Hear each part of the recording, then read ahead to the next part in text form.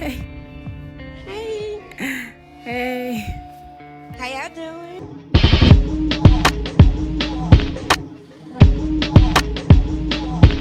Hey guys, welcome to my channel. It's been a minute. I did just film, a few days ago I filmed my little debrief and haul for New York, and today we're doing our back to normal sit down video.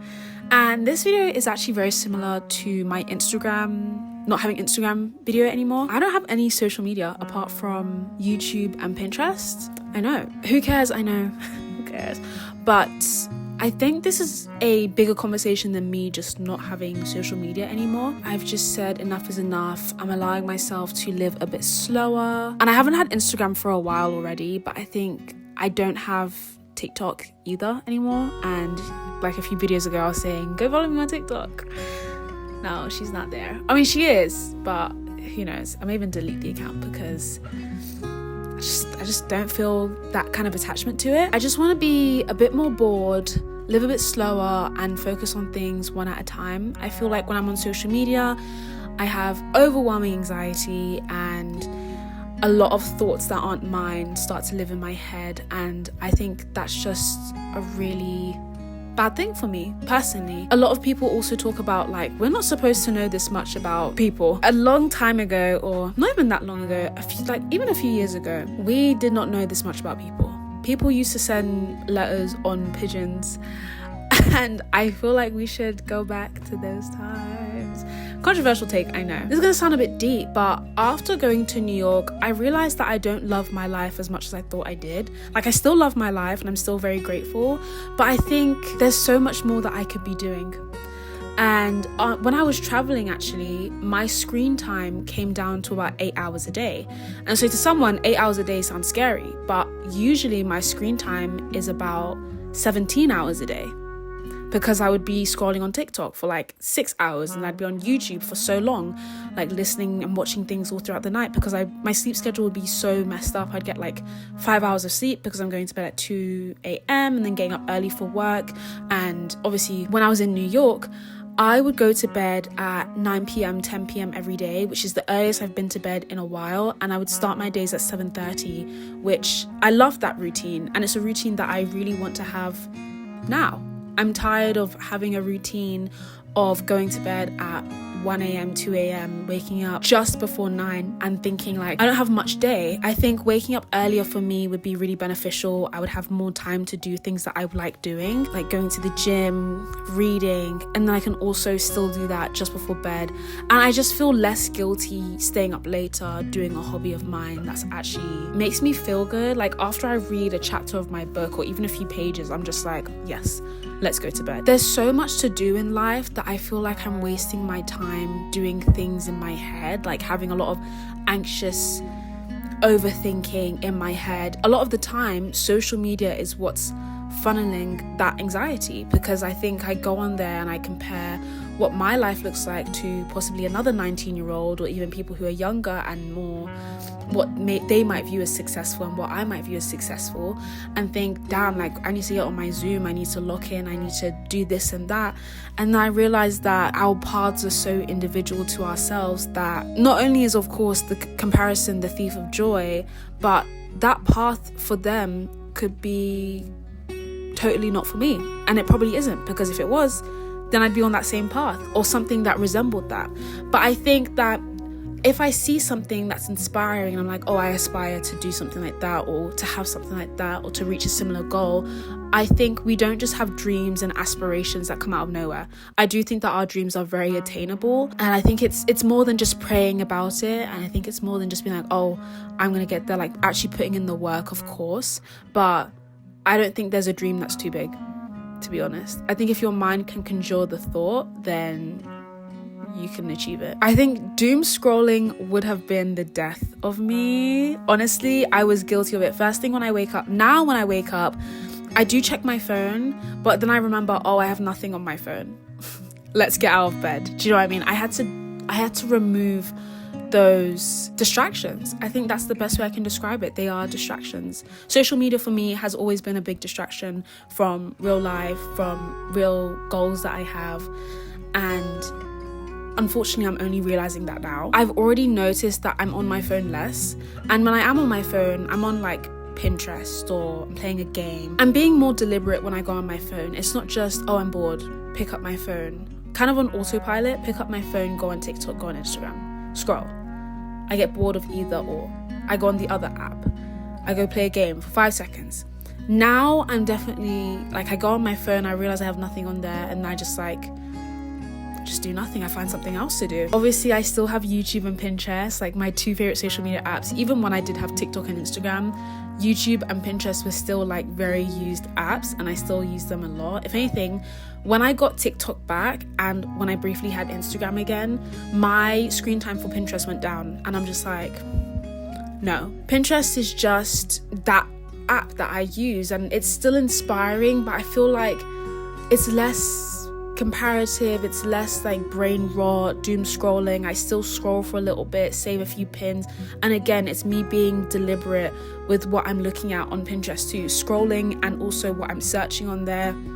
Obviously there's no like comedy, like, you know, the way you would find on TikTok, but again, I find that quite soothing, because even like funny videos would just like, I don't know, be a bit too much for me. It's just an overload on my brain, basically. Like the comedy, switching from comedy to seeing something really unfortunate and sad happening in the world to something else, like it made me almost desensitized to the things that were happening in the world, where no one should be switching. Like, it literally makes your brain flip, where you see something really sad happening in one part of your country, and then you see something really funny on like another side of your country. Not saying that they can't exist on the same app, but I don't know if our brain works quick enough to process what is real and sad and unfortunate and like something that you should genuinely like think over and reflect on, to something that you just like scroll past because it doesn't hold as much importance as the other. But YouTube for me has always been like a great escape. Watching YouTube and also making YouTube videos now, I get to video journal and edit and laugh at myself. I can't even tell you guys the amount of times that I watch a lot of my videos back when editing, and even after I've uploaded, and I just think I'm so funny, and I'm laughing and I'm giggling, and I'm just like, I've always wanted to make content that I know I would enjoy watching or listening to, so I have to be my own biggest cheerleader, honestly. I've started listening to podcasts again, which I completely forgot was a medium that I love. I love podcasts. I think my go-to has always been Anything Goes by Emma Chamberlain. I think she's quite consistent with posting or uploading like twice a week. I think it's like Thursday and Sunday, so she posted one today because I'm filming on a Sunday, and I do like her videos.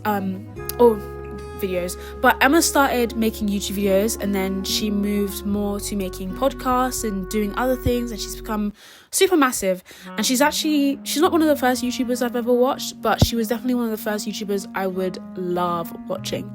So listening to her podcast is still like, I get to hear Emma and her thoughts and her thought processes, and her videos, or rather her podcast episodes, can be like more self-reflective things, and then some can be like timeless, like trends or timeless, which I really like she switches it up, but it still feels like she can give her opinion. I'm also trying to build habits that have me so preoccupied I don't yearn to be on my phone. Like going to the cinema, I haven't been to the cinema in a minute, and I love watching movies. I love movies. Even Roblox, like after I finish filming, I'm gonna go play Roblox.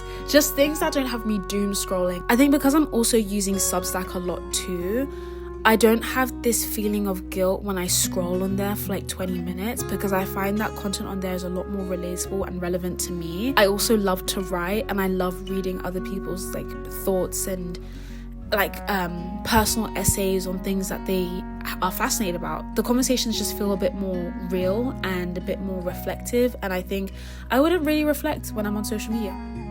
I wouldn't be prompted to reflect unless a video specifically came up where it's like, here are like 10 journal prompts you should do, and I would potentially save it. But because my mind is just like, we need the dopamine, like keep scrolling, I don't even know if I would even go through all the journal prompts and be like, oh yeah, I like this one. I do still have an Instagram account and a TikTok account, but I'm considering deleting TikTok again, like Rambly, but I only ever use them on the web browser. And I think they do that on purpose, that it's so hard to use Instagram and it's incredibly difficult to use TikTok via web browser. It's easier on desktop, if anything, that they just want you to download the app, and I completely get that.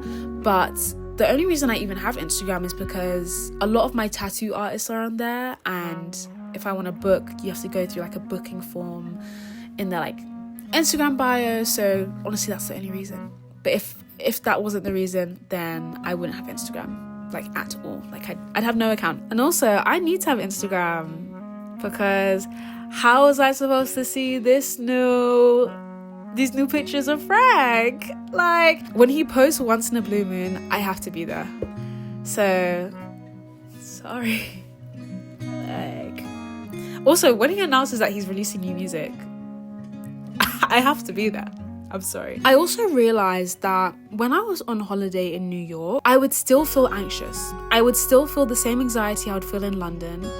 And a little weird thing about me is that whenever I go on holiday, I always feel like I'm in third person, and it never feels real to me. I feel like I can never settle on my holiday, and I get incredibly homesick like 2 days in. Thankfully, New York has been my favorite holiday I've ever been on, because the vibes were kind of similar to London. I was with my sister and my mum. I was able to settle really easily and enjoy my time there, and I didn't have that weird like nauseous, like homesick ridden feeling that I usually feel. Not until like the last 2 or 3 days, when I was just like, okay, I want to be in my own space, I want to go home.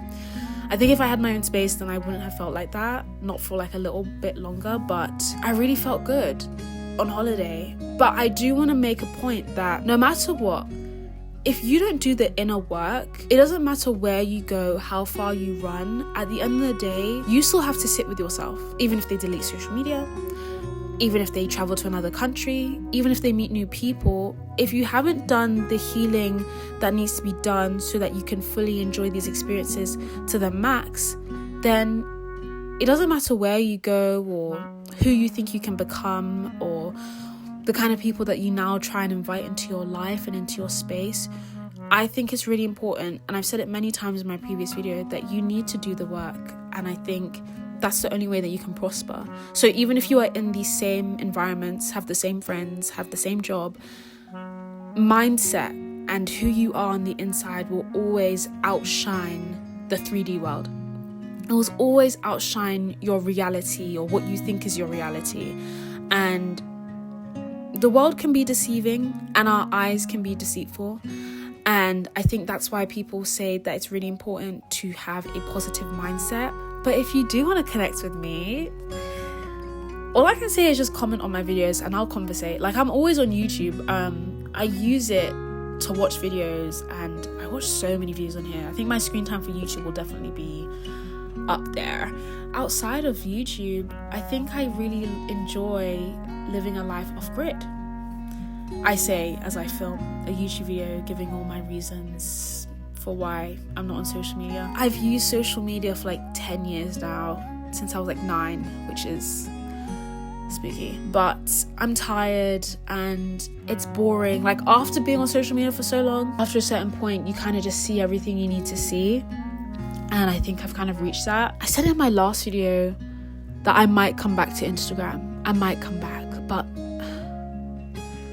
I just know how happy and fulfilled I feel without it, and connections that I can make without social media. And if I make friendships, or if I get in a relationship where I meet people where they feel like the only way they can connect with me is through social media, then I feel like that's no friend of mine, or no friend that I'd want to keep. Because I think that's why people struggle to have conversations beyond social media. But that's another video I want to make, where it goes a bit deeper into social skills and stuff like that. But yeah, I think that's it, to be honest. I enjoy being honest on here and telling you my thoughts. I also like the fact that whenever I do things, a lot of the time, I need a reason. I feel like I always need to justify myself and be like, okay, I don't want to have Instagram because of XYZ. And it's never just, I don't want to have Instagram. But I think it's because I always need to justify myself, because I expect people to question me. And of course I know that I'm important, but like no one cares. Realizing that no one cares is actually a lot more soothing, because I think if I was like really famous and people were blowing up my business email being like, where is your Instagram account, that would be a lot more anxiety inducing than just like saying, please, I'm not staying here, and like 7 people are like, oh okay, bye. Yeah, that is this week's video. I hope you guys enjoyed. I know it's not anything super reflective, but I hope you can take into account what I'm saying. If you are blessed enough to be in a position where you can financially fund it, then go travel around your city, around your town, around your state, around your country. I don't know, just like try and switch up your routine. Even if you stay in the exact same place, try and switch your routine. Try and do something earlier in the day that you usually do at night, and vice versa. Maybe try and have different conversations with your friends, or get to know yourself a bit better. But yeah, I love this. I love filming, and I think being off social media gives me more time to figure out myself and not feel like I need to have it all figured out. So I want to slow down, and that's what I'm doing. So yeah, okay, I'll speak to you guys soon.